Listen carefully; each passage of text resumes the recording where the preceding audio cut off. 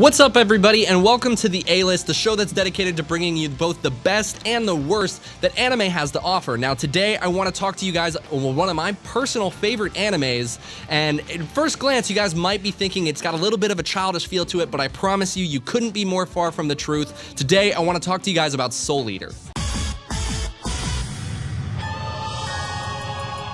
Soul Eater is a 51-episode anime that follows the adventures of Maka Alboran and Soul Eater Evans, as well as some friends they make along the way while attending the Death Weapon Meister Academy. At this academy, students are trained by the academy's headmaster, Lord Death, and are classified into either Meister or Weapon. These pairs work together to hunt down evil human souls in order to prevent the creation of a formidable foe known as a Kishin. If a Meister and their weapon collect 99 evil human souls and 1 witch's soul in that order, the weapon will transcend itself and become a death scythe, becoming the personal weapon of the Grim Reaper himself. Or not. However, this quest is quickly derailed by the evil witch Medusa, who has a much bigger plan of releasing an already once-born Kishin into the world to plunge it into madness.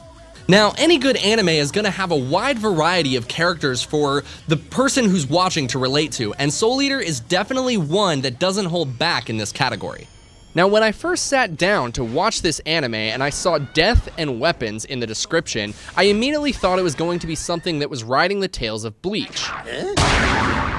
Is now really the time to be saying that? However, after watching the first episode, its characters and story quickly distinguish individuality and keep me involved with the same action that I personally enjoyed out of a series like Bleach. The main arc of the story follows 3 Meisters and their weapons, whose individuality gives you a wide taste of personalities and drama, as well as comedic trouble along the way. Maka Alboran easily steps into the strong heroine lead while at times dealing with the adolescent nature of growing up.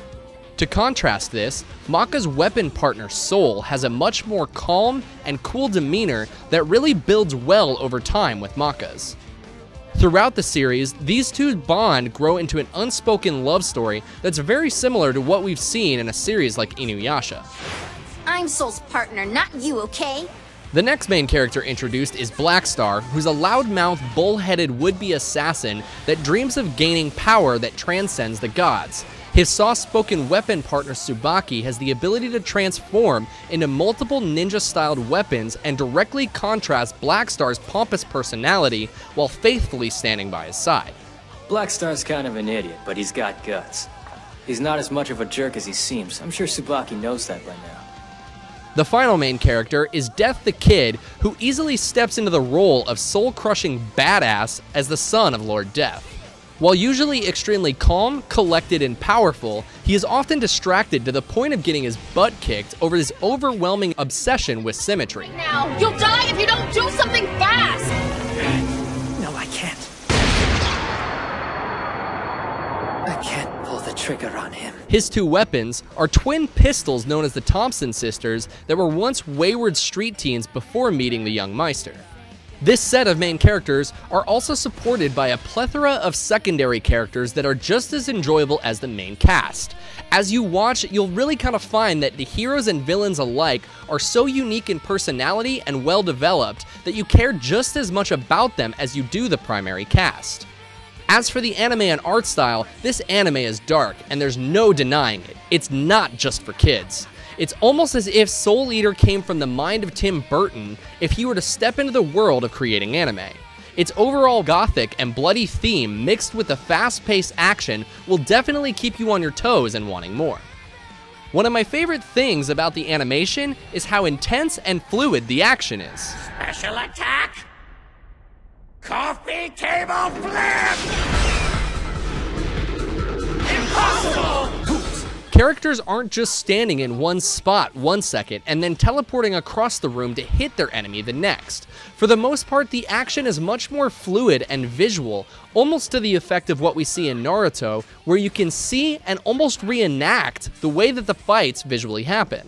It's this level of detail in action anime that makes fights just seem a lot more realistic and like they could actually happen, if I had the ability to jump 50 feet in the air and was a baton twirler in high school. You know, in the end, Soul Eater is just an anime experience to remember that for me really ranks up there with when I first watched Full Metal Alchemist and even Gundam Wing. So I highly recommend that you guys go check this out. And if you want to, we've got a special deal going right now for Gamebreaker fans. If you head on over to netflix.com/GamebreakerTV, you can sign up for your free 30-day trial and gain access to anime like Soul Eater, as well as just a bunch of different anime that we're going to be covering right here on the A-list. So keep it tuned right here. Thanks for watching. Leave a comment below. Let us know what you guys think of Soul Eater, and we'll catch you guys next time.